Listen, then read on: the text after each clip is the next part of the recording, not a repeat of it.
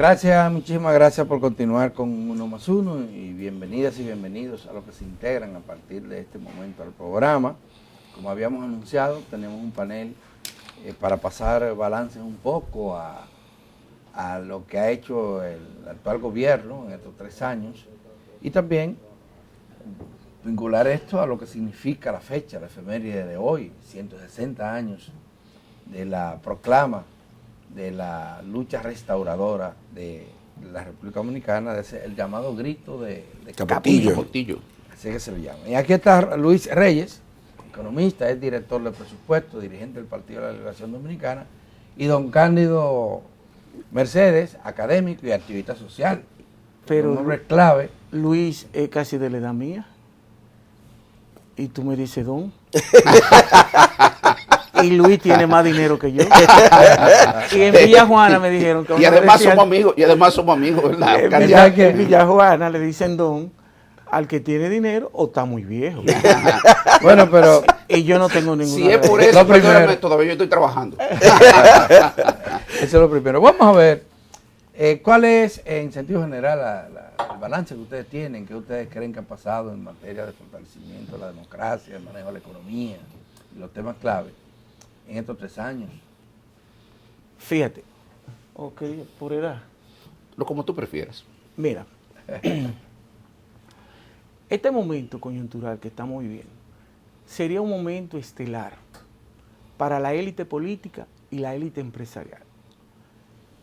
Aprovechar el momento, ¿para qué? Para empujar lo que yo llamo reformas estructurales. Este momento para mí es accesorio. Y tú dirás, ¿por qué accesorio? Porque o te gana Abinader, claramente, o te gana Leonel, o te gana Abel. Y ninguno de los tres representa nada para el statu quo, para el establishment. Ahora bien, la sociedad dominicana llegó a un punto de inflexión. Y lo dicen los organismos internacionales. No podemos seguir como vamos. Nos ha dado éxito, supónganse que sí, pero un éxito con demasiada exclusión, demasiada desigualdad. ¿Qué te dice el Banco Mundial actualmente?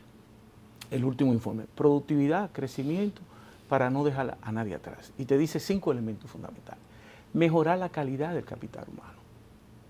Y esto no es de estos 3 años, es de los últimos 30 años. Largo plazo. Ok. Fomentar los mercados competitivos. Estamos muy atrasados en materia de competitividad, como una secuela de ese capital humano donde el promedio de escolaridad es 6º. Tenemos que fortalecer lo que se llama la estrategia de competitividad. Y ellos plantean... Después de una vez las recomendaciones. No, sí. Y se olvidó el balance.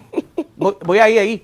Y reducir la calidad, la ineficiencia de la calidad del gasto y ahora fomentar lo que usted es experto en eso, toda la problemática que tiene que ver con factores externos del cambio climático. Esos son factores estructurales. Lo otro es accesorio. ¿Qué es lo otro? Este gobierno llegó, en la época moderna, de 78 para acá, ningún gobierno había encontrado lo que el Foro Económico Global llama una policrisis. Por lo tanto, cuando yo voy a criticar, yo tengo que ver el contexto en el que está pasando todo esto. ¿Qué está pasando? Que tengo que mirarlo también con los países de la región. República Dominicana, en este momento va a crecer, supónganse, 3.5. No va a llegar a 4. Es difícil que llegue a 4. Porque si 1.2, 1.4, la inversión de capital tendría que ser demasiado alta. Demasiado alta. Y no va a llegar. El capital no existe. No, o es limitado. Y en el presupuesto de ahora lo que va a mejorar es de 2.6 a 2.8 y eso no es significativo. Entonces, si tú miras el primer año, bien, el desafío del presidente Abinader era el problema del COVID. República Dominicana, conjuntamente con Danilo Medina, porque hay que darle al César lo que es del César, manejaron muy bien toda la problemática del COVID.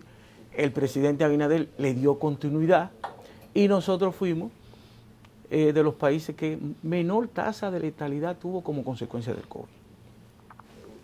Concomitantemente con eso vino el problema de que el país estaba cerrado. Habían como el colegio médico, que yo no le llamo colegio médico porque no es colegio médico nada. Vamos a seguir diciéndole AMD. planteaban que no, que el país tenía que estar cerrado. Entonces, ¿de qué sirve un país cerrado para la salud del COVID, pero que no haya economía? Había que dar, como dice Harari, los políticos tienen que tomar decisiones en un momento determinado y olvidarse de los médicos y todo el mundo decía, por aquí que vamos.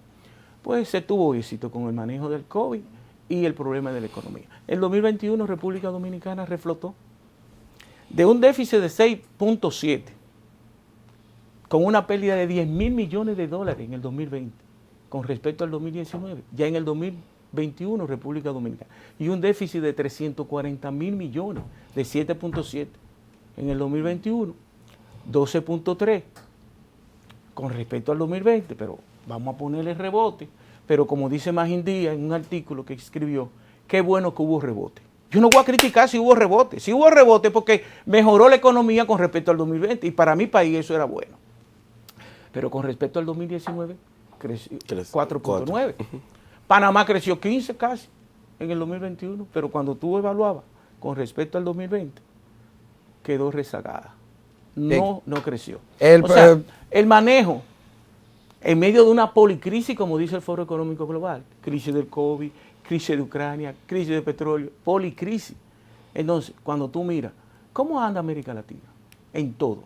La CEPAL lo dijo, porque es que a nosotros cuando nos toca evaluar, valorar, nos enfocamos en lo local, olvidando lo internacional, que afecta de una u otra manera al país. Pero ahí, bueno, quisiera que... Rápidamente, sobre eso. Mira, no cabe la menor duda, y en eso concuerdo con Cándido. En estos 3 años, yo diría que el acierto fundamental del gobierno es el mantenimiento de la estabilidad macroeconómica en el contexto que Cándido describe para no entrar, digamos, hacer mejor provecho del tiempo. Un contexto internacional que le ha sido desfavorable y el mantenimiento de la estabilidad está ahí, no obstante las presiones de precios, en gran parte como resultado de las presiones inflacionarias que han surgido como resultado de la guerra Rusia-Ucrania, del conflicto Rusia-Ucrania, el tema de los incrementos de los commodities, particularmente del petróleo, y el tema de los fletes, entre otras cosas.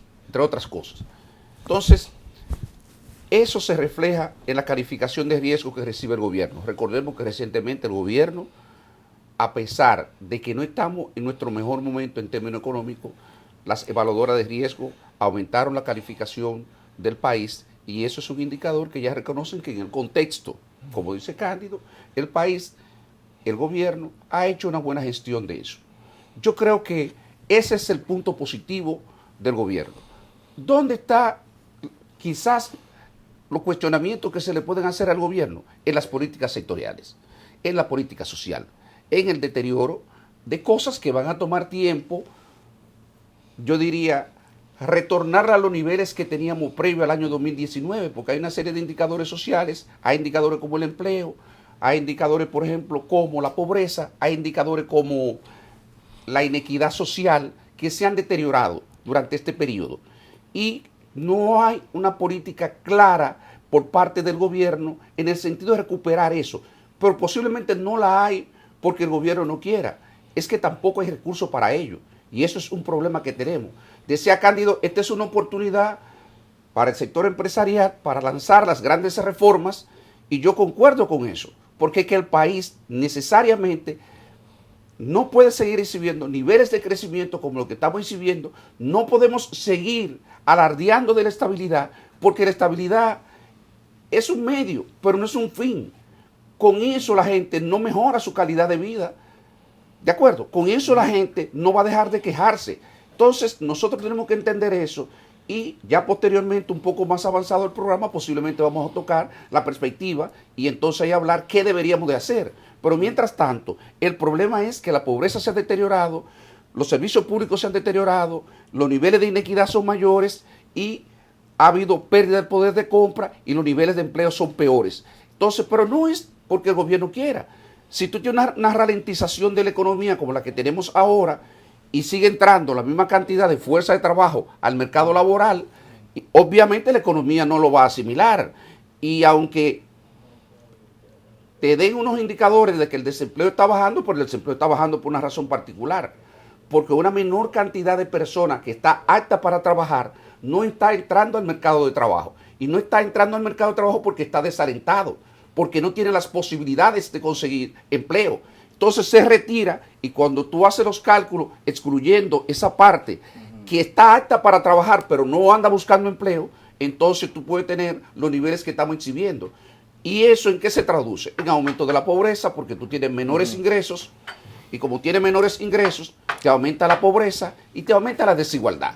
Y en esa situación nosotros nos vamos a encontrar en problemas. Si a eso tú le sumas el tema de deterioro en servicios fundamentales, muchas gracias.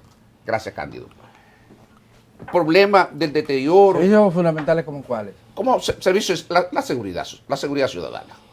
La seguridad ciudadana es un problema, por ejemplo, que tú tienes, los servicios ahora mismo, por ejemplo, de educación. Ha habido un deterioro en esos servicios que es, yo creo, inocultable.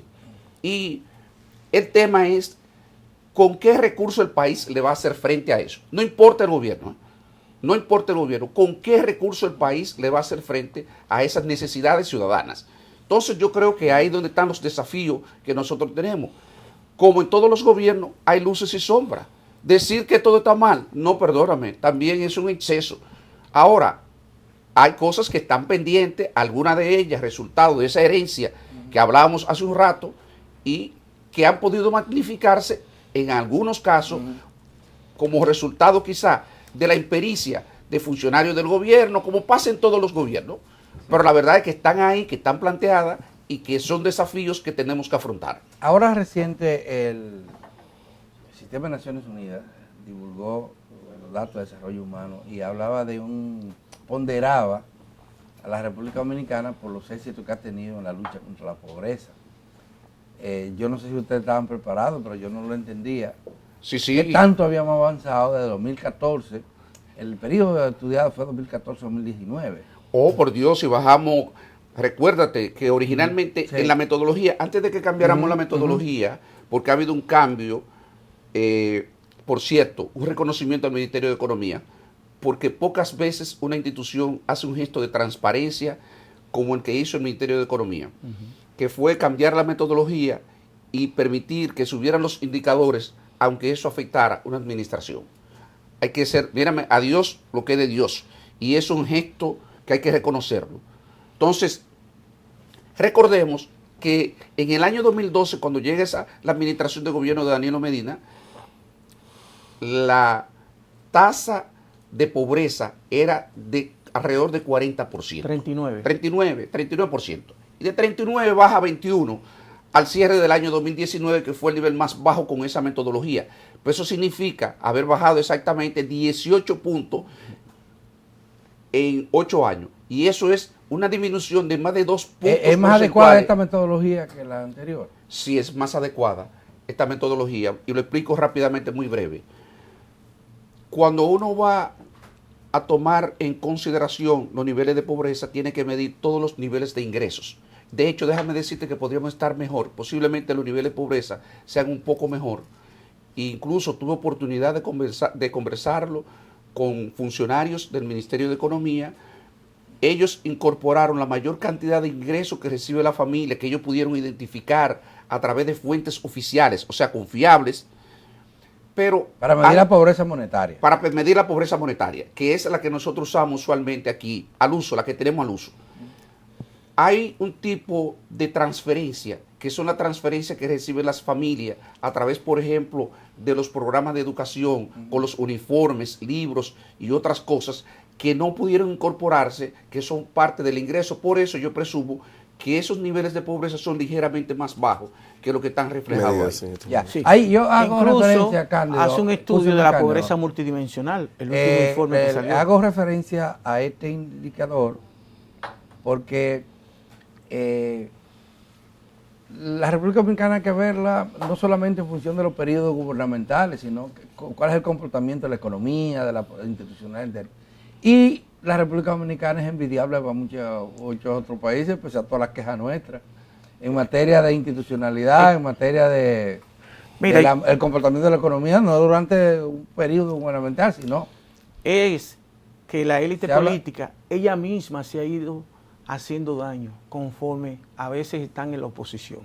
Por ejemplo, el PRM, cuando estaba en la oposición, criticaba muchísimas cosas al PLD que hoy reivindica.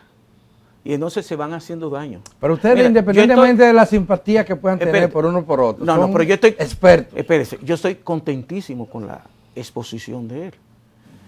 Pero cuando tú miras a veces a los partidos de la oposición, tú dices, vamos a cerrar el país, que aquí no El hay nada que hacer. fanatismo. Entonces, cuando yo leo todos los informes internacionales, digo, pero ven acá, ¿y qué es? Es que están tan equivocados lo que viene de afuera y que no liberan mejor el índice de calificación de riesgo y todo eso. Y cómo anda América Latina y el mundo. Por ejemplo, ahí están los informes de la CEPAR. América Latina perdió 2 años de escolaridad. Y el único país que no perdió calidad en la educación fue Finlandia, del mundo entero, en estos 2 años que han pasado. Entonces, cuando yo voy a criticar, yo tengo que mirar. Por Tener ese ejemplo, marco. muchos de ustedes, los comunicadores, dicen, no, que la educación dominicana está peor como nunca antes. Y yo digo que eso es falso. Primero, no hay evidencia empírica, elementos factuales que me lleven a decir eso. Y no puede estar igual que el 2008, 2009, 2010, 2011, 2012. No. Cándido, ¿y a qué tú te vas? Óyeme, antes del 2013, que ya se ejecutó el 4%, el promedio salarial de los profesores Profesora, era 17,000 pesos. 17,000 Hoy pesos. estamos hablando de 45,000. Antes del 2002. Perdóname, en el No. peor de los casos. Exacto. No, no, porque el hay casos promedio- que están por Espera, encima. espera. Muy Sí, por sí, encima. Exacto. Sí. Los de secundaria andan de El 56 40% de los profesores no tenían titulación. Oiga, el 100% tiene titulación y maestría. Entonces, por algún lado, ese capital humano tiene que repercutir. Y otra cosa que la gente no dice. Anteriormente, los mejores profesores se iban a los mejores colegios de este país.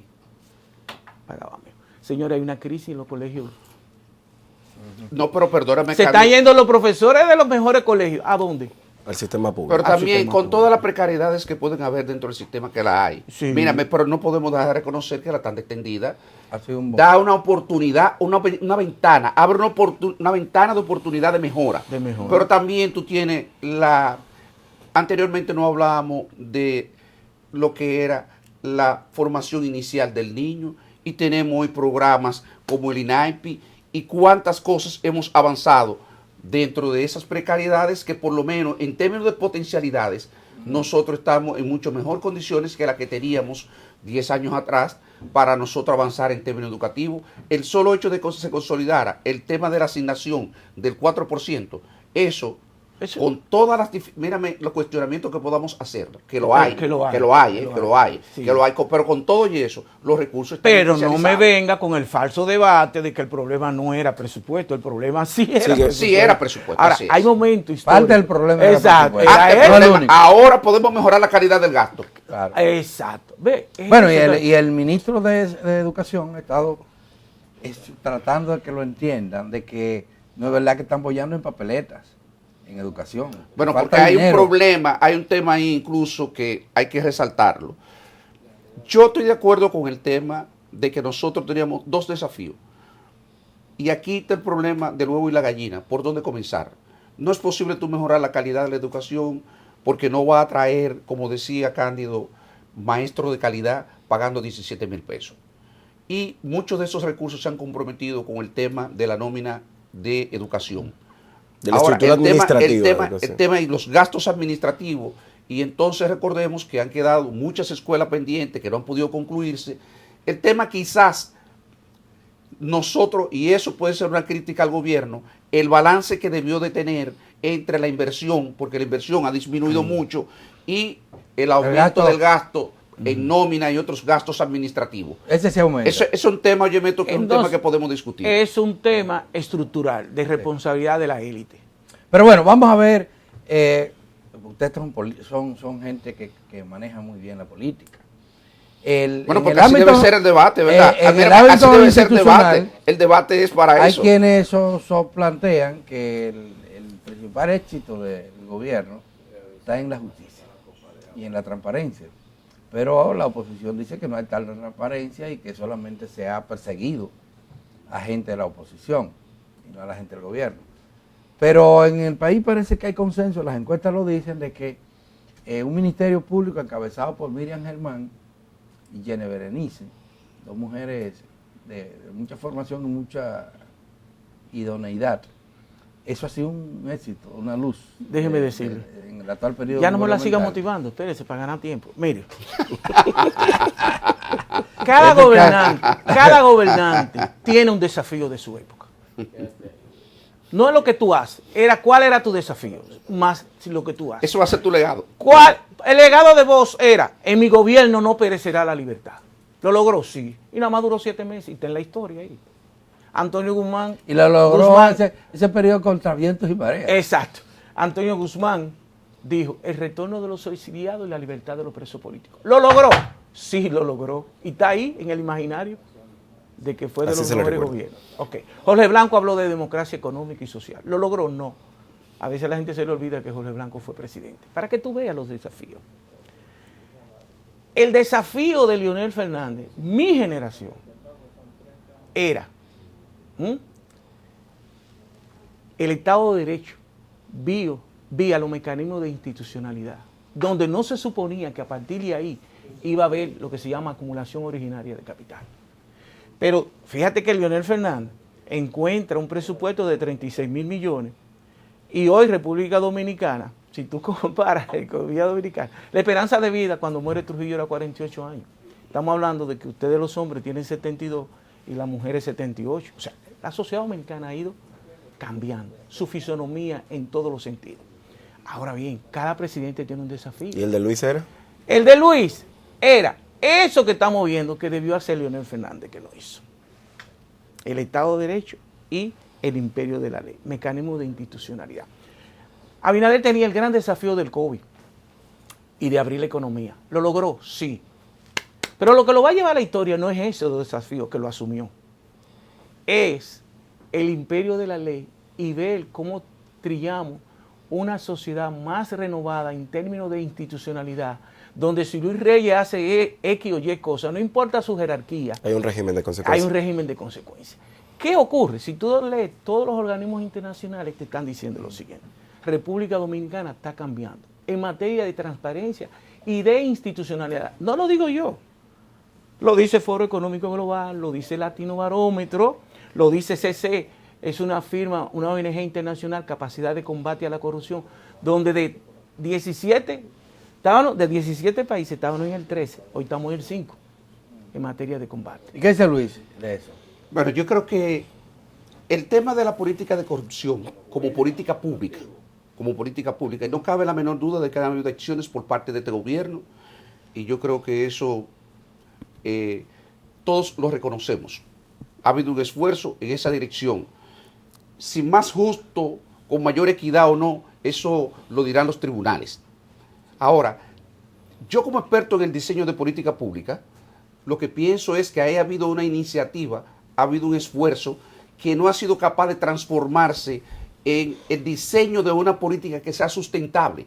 Es una política que está fundamentada en las personas que hoy encabezan la Procuraduría General de la República y que yo creo que sigue siendo válido, o sea, no es que no es válido, pero como política pública, los elementos que definen una política pública, desde el punto de vista cuáles son los objetivos que yo tengo, cuáles son las metas que yo tengo en términos, por ejemplo, de lucha anticorrupción, cuáles son los medios que yo voy a disponer para alcanzar esas metas, eso no está claro. Una vez desaparezcan, ¿qué vamos a hacer? Pero vamos le pregunto lo siguiente, el gobierno hizo un esfuerzo y ahora retoma la idea por crear mediante ley Ministerio de Justicia. la independencia del Poder Judicial. Porque ahora, como dice, eso puede cambiar desde que cambie cualquier gobierno y no es sostenible en el tiempo. Pero le atribuye a la oposición la imposibilidad de que eso se materializara. ¿Qué piensa? ¿Qué dice? Bueno, déjame decirte algo, el mismo juego a veces de los políticos.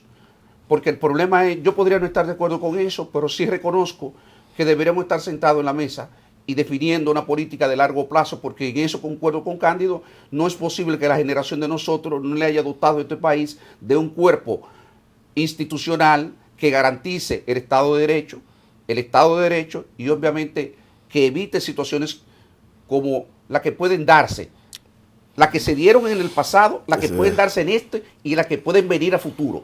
Porque eso es el problema.